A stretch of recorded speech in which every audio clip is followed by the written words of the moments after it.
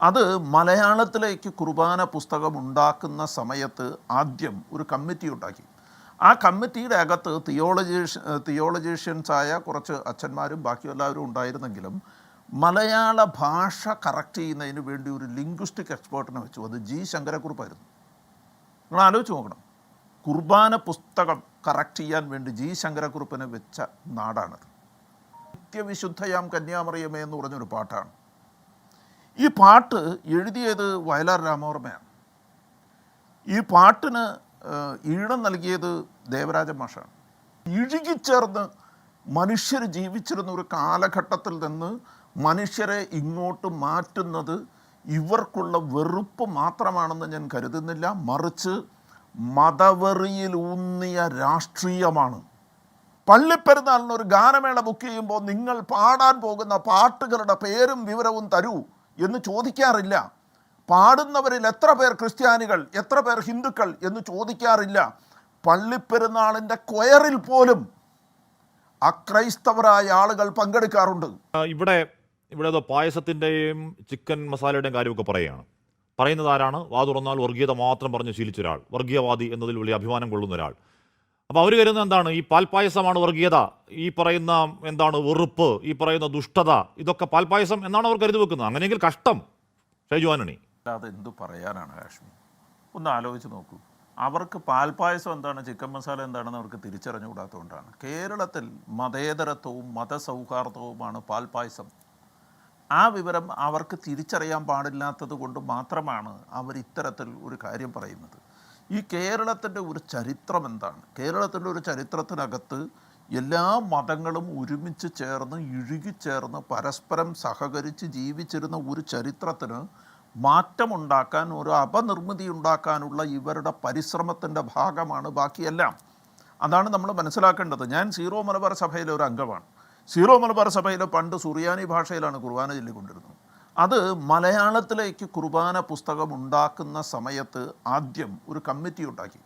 ആ കമ്മിറ്റിയുടെ അകത്ത് തിയോളജീഷ്യൻസായ കുറച്ച് അച്ഛന്മാരും ബാക്കി എല്ലാവരും ഉണ്ടായിരുന്നെങ്കിലും മലയാള ഭാഷ കറക്റ്റ് ചെയ്യുന്നതിന് വേണ്ടി ഒരു ലിംഗ്വിസ്റ്റിക് എക്സ്പേർട്ടിനെ വെച്ചു. അത് ജി ശങ്കരക്കുറുപ്പായിരുന്നു. നിങ്ങൾ ആലോചിച്ച് നോക്കണം, കുർബാന പുസ്തകം കറക്റ്റ് ചെയ്യാൻ വേണ്ടി ജി ശങ്കരക്കുറുപ്പിനെ വെച്ച നാടാണത്. എന്തുമാത്രമല്ല, ഞങ്ങളൊക്കെ പള്ളി ചെല്ലുമ്പോൾ ഉണ്ടല്ലോ, ഞങ്ങൾ ഇന്നും ഈ പള്ളിയിൽ വരുന്ന ആർക്കും അറിയാത്ത ഒരു പാട്ട്, എല്ലാവരും പാടിക്കൊണ്ടിരിക്കുന്ന ഒരു പാട്ടുണ്ട്. ഇതൊരു സിനിമാ പാട്ടാണെന്ന് പോലും ആർക്കും അറിയാൻ പാടില്ല. നിത്യവിശുദ്ധയാം കന്യാമറിയമേ എന്ന് പറഞ്ഞൊരു പാട്ടാണ്. ഈ പാട്ട് എഴുതിയത് വയലാർ രാമവർമ്മയാണ്. ഈ പാട്ടിന് ഈണം നൽകിയത് ദേവരാജൻ മാഷാണ്. നിങ്ങളത് ആലോചിച്ച് നോക്കൂ.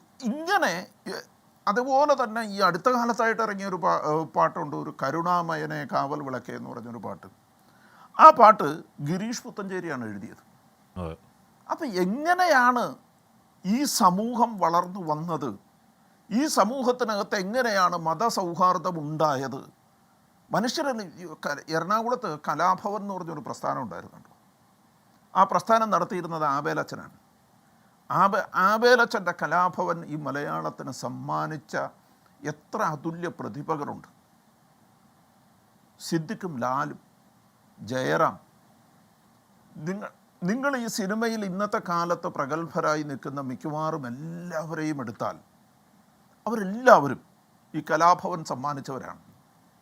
കലാഭവൻ റഹ്മാൻ എൻ്റെ ഭാര്യാപിതാവാണ്. കലാഭവൻ റഹ്മാൻ ഒന്ന് ആലോചിച്ച് നോക്കൂ.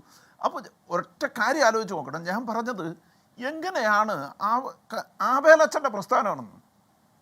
ആബേലച്ചൻ ആ പ്രസ്ഥാനം നടത്തിയപ്പോൾ ഇതിനകത്ത് ഒരു മുസ്ലിം വന്നാൽ പറ്റൂല, അല്ലെങ്കിൽ ക്രിസ്ത്യാനികളെ മാത്രമേ ഞങ്ങൾ കലാകാരന്മാരാക്കുള്ളൂ എന്നൊന്നും തീരുമാനിച്ചിരുന്നൊരു കാലം ഇവിടെ ഉണ്ടായിരുന്നില്ല എന്ന് ഓർക്കണം. അപ്പോൾ എത്രമാത്രം മതസൗഹാർദ്ദത്തോടു കൂടി പരസ്പരം ചരിത്രം വായിക്കുമ്പോൾ എറണാകുളം അങ്കമാലി അതിരൂപതയിലെ പഴയ കർദിനാൾ RSSൻ്റെ സമ്മേളനത്തിൽ 2 വട്ടം പ്രസംഗിച്ചതായി കാണാം.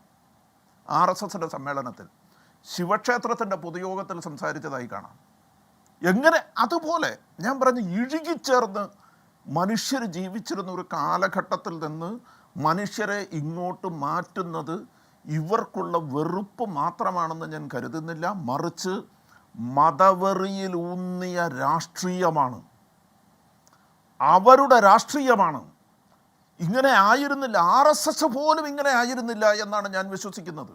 ഈ അടുത്ത കാലത്തായി രാഷ്ട്രീയ മേൽക്കോയ്മയുണ്ടാക്കാൻ വേണ്ടി ബോധപൂർവം മതവെറി പരത്തുന്നു എന്നുള്ളിടത്താണ് നമ്മളെല്ലാം വലിയ അത്ഭുതത്തോടു കൂടി ഈ കാര്യങ്ങളെ നോക്കിക്കാണുന്നത്.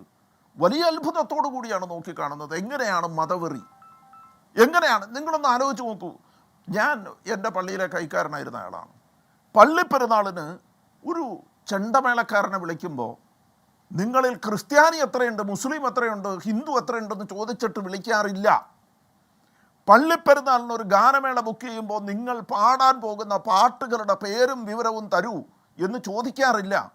പാടുന്നവരിൽ എത്ര പേർ ക്രിസ്ത്യാനികൾ, എത്ര പേർ ഹിന്ദുക്കൾ എന്ന് ചോദിക്കാറില്ല. പള്ളിപ്പെരുന്നാളിൻ്റെ കൊയറിൽ പോലും അക്രൈസ്തവരായ ആളുകൾ പങ്കെടുക്കാറുണ്ട്. കൊയറിൽ കുർബാനയിൽ പാടാറുണ്ടെന്ന്. അങ്ങനെയുള്ള ഒരു നാട്ടിലാണ് ഒരു ഭജന ആലപിച്ചപ്പോൾ അതിനെ നിങ്ങൾ പാൽപ്പായസത്തിൽ എന്തോ ചിക്കൻ മസാല കലർത്തി എന്നൊക്കെ പറഞ്ഞുകൊണ്ട് കുറേ ആളുകൾ രംഗത്തിറങ്ങിയിരിക്കുന്നത്. അവരെയൊക്കെ എന്തെന്നാണ് വിളിക്കേണ്ടത്, എന്ത് പേരിട്ടാണ് വിളിക്കേണ്ടതെന്ന് നമ്മൾ ആലോചിച്ച് നോക്കണം. ഈ സമൂഹത്തിൽ പഠിച്ചിറങ്ങിയവരല്ലേ അവർ. ആ നവീൻ അവിടെ ഇരുന്ന് പറയുന്നുണ്ട്, ഞാൻ ആ സ്കൂളിൽ പഠിച്ചതാണ്. എന്നെ പഠിപ്പിച്ചത് ഏത് ടീച്ചർമാരാണെന്നറിയില്ല, വിവിധ മതക്കാരായ ടീച്ചർമാർ എന്നെ പഠിപ്പിച്ചിട്ടുണ്ടെന്ന്. നവീൻ ഇപ്പോഴും നവീൻ തന്നെയാണ്. നവീൻ ജോസഫ് ആയില്ല, നവീൻ മുഹമ്മദ് ആയില്ല. നവീൻ ഇപ്പോഴും നവീൻ തന്നെയാണെന്നേ. അത് മനസ്സിലാക്കാനുള്ള സാമാന്യ ബോധം ഇവർക്ക് അങ്ങനെ പറയില്ലല്ലോ. എനിക്ക് പറയാനുള്ള കാര്യമൊന്നും ഞാൻ പറഞ്ഞോട്ടെ. അദ്ദേഹത്തിൻ്റെ ഒരു ചോദ്യമുണ്ട്, എന്താണ് കൃഷ്ണനും ക്രിസ്തുവും ഒന്നാണോ? അങ്ങനെ അദ്ദേഹത്തിൻ്റെ ഏതെങ്കിലും ഒരു സ്ഥലത്ത് പറഞ്ഞിട്ടുണ്ടോ? നിങ്ങൾ ആദ്യം ഒരു കാര്യം മനസ്സിലാക്കണം. ഈ ലോകത്ത് ഇൻ്റർ റിലീജിയസ് കോൺവെർസേഷന് വേണ്ടി ഒരു കോൺഗ്രിഗേഷൻ, ഒരു മന്ത്രിസഭ തന്നെ ഉണ്ടാക്കിയിരിക്കുന്ന സഭയുടെ പേരാണ് കത്തോലിക്ക സഭ.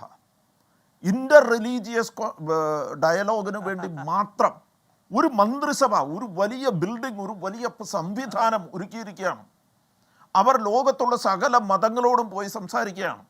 അവരോട് ചെന്ന് പറയുകയാണ്, നിങ്ങളുടെ മതത്തിലും ഞങ്ങളുടെ മതത്തിലും നന്മയുണ്ട്, ഈ നന്മയെ പരസ്പരം സ്വീകരിക്കണം. നിങ്ങൾ ആദ്യം സഭ എന്താണെന്ന് പഠിക്കണം. പണ്ട് മതത്തിൻ്റെ പേരിൽ കൊല്ലും കൊലയും ഉണ്ടായിരുന്ന കാലത്ത് ഇങ്ങനെ ആയിരുന്നു, അതുകൊണ്ട് ഞങ്ങൾ ഇപ്പം ഇങ്ങനെ ചെയ്യും എന്ന് നിങ്ങളങ്ങനെ പറയരുത്. ആ കാലത്ത് നിന്ന് സഭകൾ ഒത്തിരി മാറിപ്പോയിരിക്കുന്നു. ഗുരുമൂർത്തി അത് ഗുരുമൂർത്തി മിണ്ടാതിരിക്കുന്നു, ഞാൻ പറയട്ടെ എന്ന്. ഗുരുമൂർത്തി അത് മനസ്സിലാക്കണം. ആദ്യം അത് മനസ്സിലാക്കണം. അത് മനസ്സിലാക്കിയിട്ട് വേണം ഈ ലോകത്ത് സമാധാനത്തിന് വേണ്ടി. ഒന്നും മിണ്ടാതിരിക്കും ഗുരുമൂർത്തി. നിങ്ങൾക്ക് നിങ്ങളുടെ സമയത്ത് പറയൂ. നിങ്ങൾ അല്പം മര്യാദ കാണിക്കൂ. നിങ്ങൾക്കെന്താ മര്യാദ ഇല്ലാത്തത്? നിങ്ങൾക്കെന്താ മര്യാദ ഇല്ലാത്തതെന്ന്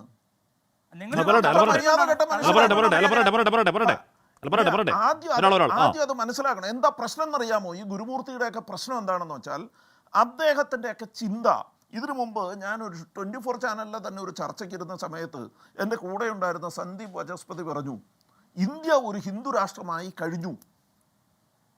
മറ്റൊരർത്ഥത്തിൽ മറ്റു മതങ്ങളെ ഞങ്ങളങ്ങ് ടോളറേറ്റ് ചെയ്യുകയാണെന്നാണ് ഈ പറഞ്ഞത്. ഈ ടോളറേറ്റ് ചെയ്യുക, ഞങ്ങൾ മറ്റു മതങ്ങളെ സഹിക്കുകയാണ് എന്ന ഒരു ചിന്താഗതി വളർത്തിയെടുക്കാനാണ് ഇവർ പരിശ്രമിക്കുന്നത്. അവിടെയാണ് മതസൗഹാർദ്ദത്തിൻ്റെ പ്രശ്നം. അവരുടെ ധാരണ ക്രിസ്ത്യാനിയെയും മുസ്ലിമിനെയും സിഖിനെയും പാഴ്സിയെയും ബാക്കിയുള്ളവരെയും എല്ലാം ഈ ഹിന്ദുക്കൾ എന്ന് പറയുന്ന ഈ അതിതീവ്ര ഹിന്ദുക്കൾ എന്ന് പറയുന്ന ഒരു വിഭാഗം, ഗുരുമൂർത്തിയെ പോലെയുള്ള ചില ആളുകളുടെ ധാരണ മറ്റുള്ളവരെയൊക്കെ ഞങ്ങളങ്ങ് സഹിക്കുകയാണെന്നാണ്. നിങ്ങൾ കഷ്ടപ്പെട്ട് സഹിക്കുകയല്ല, നിങ്ങൾ ആദ്യം അത് മനസ്സിലാക്കുക.